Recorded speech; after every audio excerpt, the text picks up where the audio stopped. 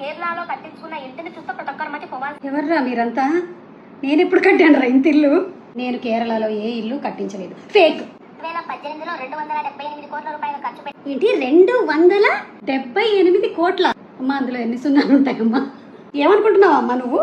నేనేమైనా అంబానీ ఫ్యామిలీ అనుకుంటున్నావా? 10 మంది body guards, 500 CC cameras, 500 CCTV కెమెరాలు.